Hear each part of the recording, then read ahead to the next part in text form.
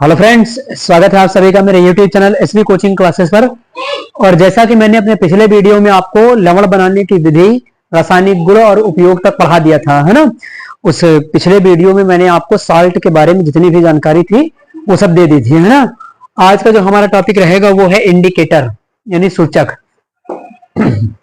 अब ये इंडिकेटर क्या काम करता है? सूचक, है ना। तो देखिए सूचक क्या होता है कि जैसे आपने देखा होगा कि बाइक वगैरह में इंडिकेटर क्या होता है कि सूचना देने के लिए होता है, जानकारी देने के लिए, है ना। वो इंडिकेटर इसीलिए लगा हुआ होता है कि आपको क्या करता है कि वो जानकारी प्रदान करता है कि कौन व्यक्ति किस साइड में किस ओर जाएगा, है ना। जब उसको जलाया जाता तो क्या होता है, उसका मतलब एक इंडिकेशन मिलता है, एक सूचना, एक जानकारी प्राप्त होती है कि जाने वाला जो हमारे सामने व्यक्ति है वो किस साइड में जाएगा।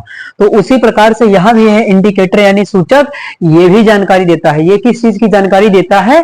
तो ये किसी अभिक्रिया के कंप्लीट होने की यानी पूर्ण होने की जानकारी देता है ना। जैसे वो इंडिकेटर बाइक वाला वो भी जानकारी देता है आने और जाने की, है ना। उसी प्रकार से ये इंडिकेटर जो होता है यहाँ पर, तो ये एसिड बेस जो रिएक्शन होती है, अम्ल और क्षारकों की जो अभिक्रियाएं होती हैं उनके कंप्लीट होने की जानकारी प्रदान करता है। तो चलिए देखते हैं इसकी डेफिनेशन क्या लिखी हुई है कि वे रासायनिक पदार्थ जो अपनी उपस्थिति से किसी अभिक्रिया के पूर्ण होने की जानकारी प्रदान करते हैं या जानकारी देते हैं, है ना। वो रासायनिक अभिक्रिया भी हो सकती है या हो सकता है कि कहीं कहीं भौतिक अभिक्रिया भी हो रही हो, है ना। तो इंडिकेटर का काम तो यही है कि आपको जानकारी देना। अब कोई रिएक्शन हो रही वो कंप्लीट कैसे होगी, है ना। तो वो कंप्लीट कैसे होगी इसके लिए हम प्रयोग करते हैं इंडिकेटर का, सूचक का, है ना। आगे देखिएगा, हाँ कॉमा सूचक कहलाते हैं यानी इंडिकेटर कहलाते हैं। उसके बाद देखिए इनका अम्लीय तथा क्षारीय माध्यम में रंग भिन्न भिन्न होता है। ये पीएच मान परिवर्तित होने की सूचना रंग परिवर्तन द्वारा देते हैं। ये देखिए बताया गया, कहा गया है। देखिए सूचक करता क्या है? सूचक किसी रासायनिक अभिक्रिया में ये तो हाइड्रोजन आयन की सांद्रता बढ़ाएगा। देखिए हाइड्रोजन आयन की सांद्रता अगर बढ़ाएगा तो विलयन कैसा हो जाएगा? अगर H+ की सांद्रता बढ़ेगी तो विलयन कैसा हो जाएगा? अम्लीय हो जाएगा, है ना। और अगर हाइड्रोक्सिल आयन OH- की सांद्रता बढ़ेगी तो विलयन कैसा हो जाएगा? क्षारीय हो जाएगा, है ना। तो इसी की सूचना आपका क्या करता है? ये सूचक देता है। यानी कोई अभिक्रिया कितनी कंप्लीट हो गई है ना, इसकी सूचना हमें कौन देता है? ये इंडिकेटर देता है। इसके बहुत सारे एग्जांपल, अभी मैं एग्जांपल आपको इसे बता दूं तो आपने देखा होगा लिटमस पेपर। लिटमस पेपर क्या करता है? एसिड को क्या करता है? नीला, एसिड को यानी अम्ल को क्या करता है? तो अम्ल नीले को लाल कर देता है ना। तो लिटमस पेपर भी क्या है? लिटमस पेपर भी एक प्रकार का सूचक है। वो क्या करता है कि वो अम्ल को यानी एसिड को क्या करता है? नीले से लाल कर देता है ना। ये जो सूचक होता है लिटमस पेपर, उस पर जब आप एसिड को गिराएंगे तो वो उसको क्या कर देगा? नीला कर देगा, है ना। और अगर उस पर आप क्षार को गिराएंगे तो वो क्या कर देगा? उसे लाल कर देता है। तो वहां पर ये सूचना देता है कि ये पदार्थ अम्ल है या ये पदार्थ क्षार है। वो जानकारी कौन प्रदान करता है? वो लिटमस पेपर प्रदान करता है।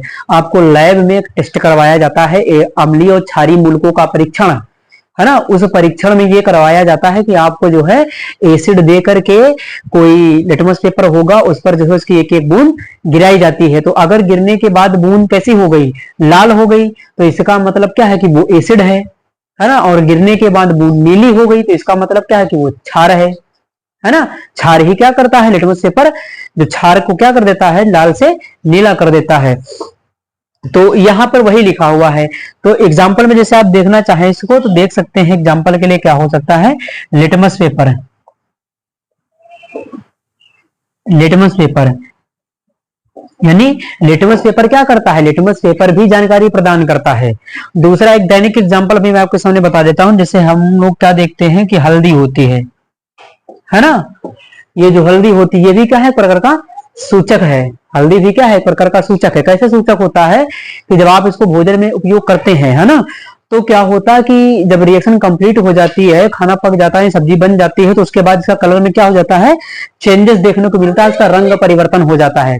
और रंग परिवर्तन होना ही जानकारी देता है किस चीज की? अभिक्रिया के कंप्लीट होने की। तो हल्दी भी क्या है? एक प्रकार का इंडिकेटर होता है, एक सूचक होता है जो ये जानकारी देता है कि भोजन पक चुका है, बन गया है ना। तो यहां पर आपका लिटमस पेपर हो गया और हल्दी हो गया। इस तरीके के बहुत सारे सूचक होंगे। अब इन सूचकों को कई कैटेगरी में डिवाइड किया गया है ना। कुछ सूचक आपके क्या होते हैं? नेचुरल होते हैं यानी प्राकृतिक होते हैं, कुछ क्या होते हैं आर्टिफिशियल होते हैं यानी कृत्रिम होते हैं। कृत्रिम का मतलब मानव निर्मित, है ना। तो ये होता है सूचक। सूचक क्या होता है कि किसी रासायनिक अभिक्रिया के कंप्लीट होने की जानकारी देता है। जैसे इंडिकेटर जो गाड़ी वाला होता है वो हमें जानकारी देता है कि बाइक किधर जाएगी किधर नहीं जाएगी, इसकी जानकारी प्रदान करता है ना। उसी प्रकार से ये इंडिकेटर भी आपको किसी अभिक्रिया के कंप्लीट होने की जानकारी देता है। तो आप इसका स्क्रीनशॉट ले लीजिए, फिर मैं इसके टाइप्स पर आपसे डिस्कशन करता हूं। चलिए देख लेते हैं सूचकों के प्रकार। तो सूचक दो प्रकार के, दो कैटेगरी में डिवाइड हैं, एक प्राकृतिक सूचक और एक है संश्लेषित या मानव निर्मित सूचक।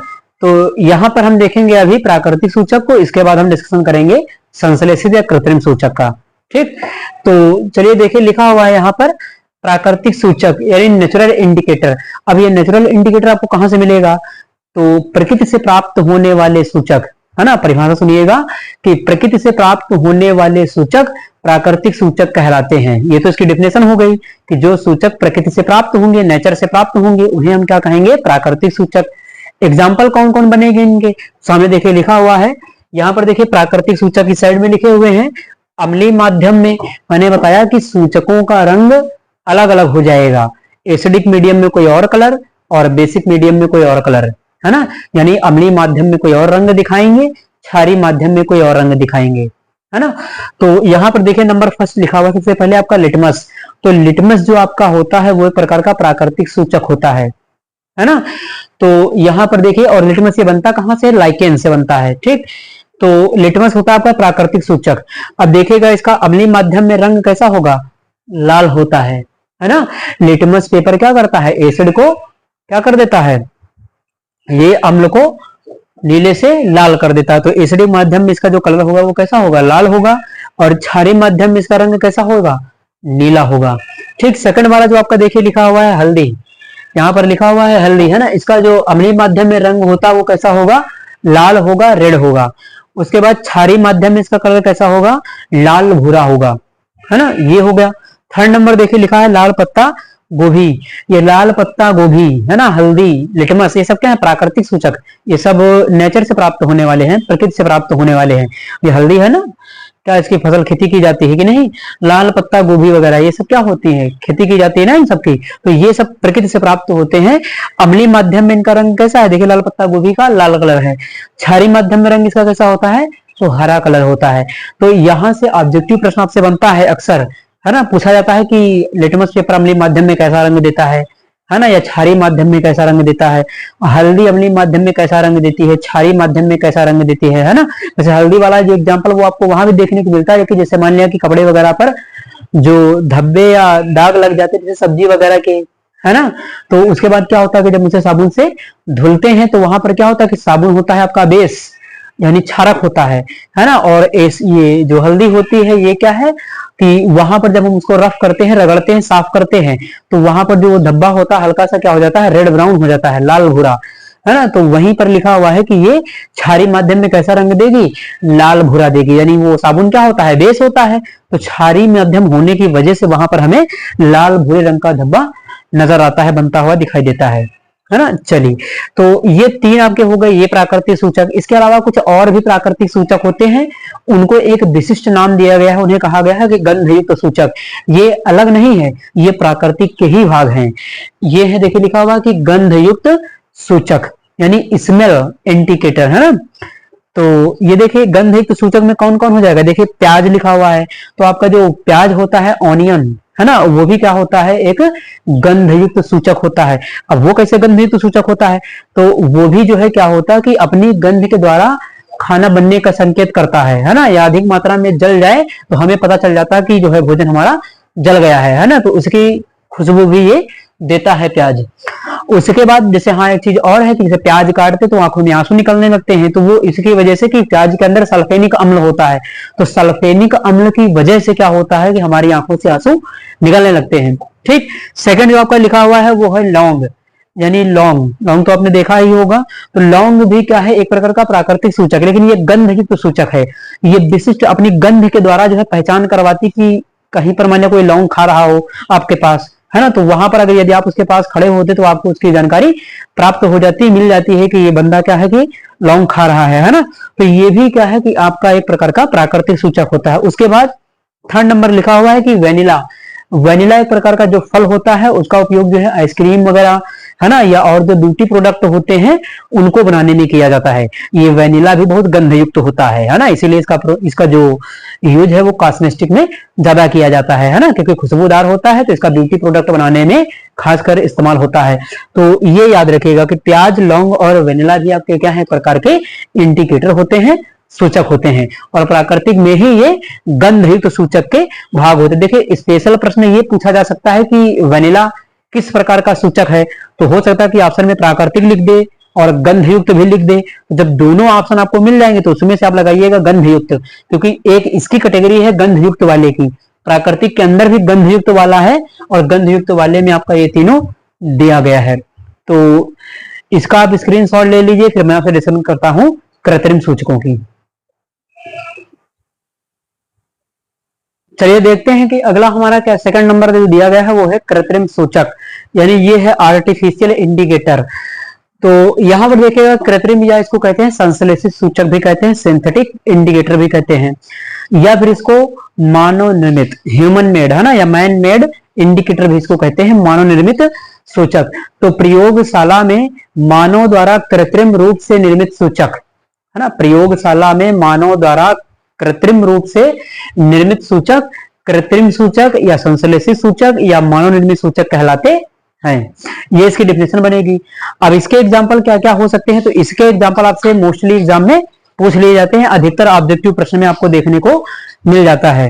तो चलिए देखिए, नंबर फर्स्ट लिखा हुआ है यहाँ पर फिनोल्फथेलीन। फिनोल्फथेलीन आपका क्या होता है कि इंडिकेटर होता है, एक सूचक होता है ना, और ये कैसा है, कृत्रिम सूचक है, इसे लैब में एक्सपेरिमेंट के द्वारा बनाया गया है। तो यहाँ पर देखिएगा फिनोल्फथेलीन, इसका जो एसिडिक मीडियम में कलर है, देखिए ये जरूर याद कर लीजिएगा टेबल, है ना, कि अम्लीय माध्यम में किसका कौन सा कलर होता है, क्योंकि यही आपसे प्रश्न पूछा जाता है। क्षारीय माध्यम में किसका कौन सा कलर होता है ना। तो फिनोल्फथेलीन अम्लीय माध्यम में जिसका कलर होता है वो रंगहीन होता है, यानी कलरलेस होता है। फिनोल्फथेलीन जो होता है वो अम्लीय माध्यम में, एसिडिक मीडियम में कैसा होता है, रंगहीन होता है, कलरलेस। उसके बाद जो आपका बेसिक मीडियम है, क्षारीय माध्यम में इसका कलर कैसा होता है, तो क्षारीय माध्यम में इसका कलर आपका है पिंक, यानी गुलाबी। तो ये याद रखिएगा। सेकंड नंबर है मेथिल ऑरेंज। ये मेथिल ऑरेंज दिया गया है, ये भी एक आपका इंडिकेटर होता है ना। एसिडिक मीडियम में इसका कलर कैसा है, तो एसिडिक मीडियम में ये लाल कलर प्रोवाइड करता है, देता है।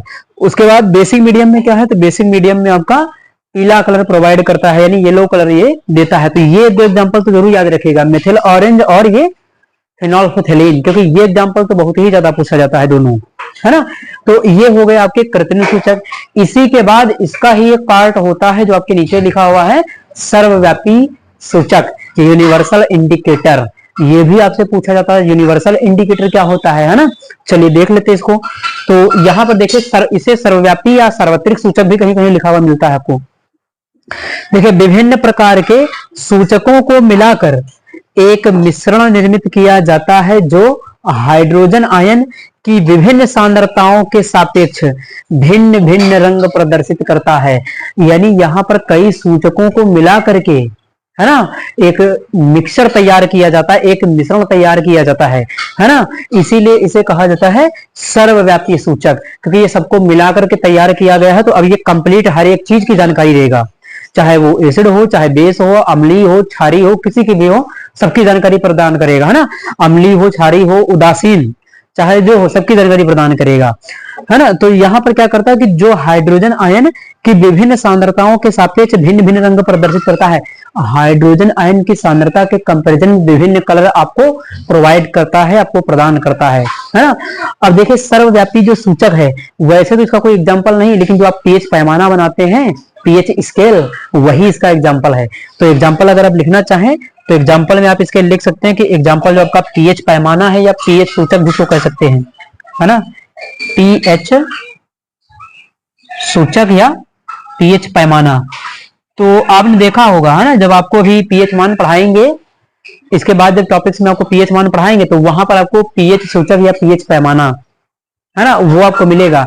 पीएच पैमाना आपने देखा भी होगा शायद, इससे पहले कभी भी किसी चैनल वगैरह पर देखा हो या कहीं पर देखा हो तो ऐसे बना हुआ होता है ना, 0 1 2 3 और यहाँ पर 4 5 फिर 6 7, है ना, इस तरीके से होता है। और इसके बाद 8 9 10 11, इस तरीके से आगे चलता जाता है। पीएच पैमाना इसको कहते हैं। तो यहाँ पर क्या होता है, यहाँ पर हाइड्रोजन आयन की सांद्रता को भी तो मापा जाता है ना। तो इस प्रकार से ये हो जाता है आपका सर्वव्यापी सूचक, यूनिवर्सल इंडिकेटर। तो आज का जो हमारा टॉपिक था सूचक यानी इंडिकेटर, तो वो मैंने आपको आज समझा दिया है। उम्मीद करता हूं कि आप सभी को ये समझ में आ गया होगा। देखिए जैसा कि मैंने आज मैसेज भी किया था कम्युनिटी पर कि उसमें जो है क्लास 9th और क्लास 11th के, है ना, तो उसके भी टॉपिक्स आपके कल से स्टार्ट हो जाएंगे, उसके भी वीडियोस आपको मिलने लगेंगे। तो चैनल को जो है क्लास 9th और 11th वाले बच्चों तक भी शेयर कर दीजिए, है ना, क्योंकि अब क्या होगा कि 9th 10th और फर्स्ट ईयर इंटर सभी के जो है वीडियोज आपके इस चैनल पर आते रहेंगे। तो चैनल को ज्यादा से ज्यादा शेयर करते रहिए। Thanks for watching this video.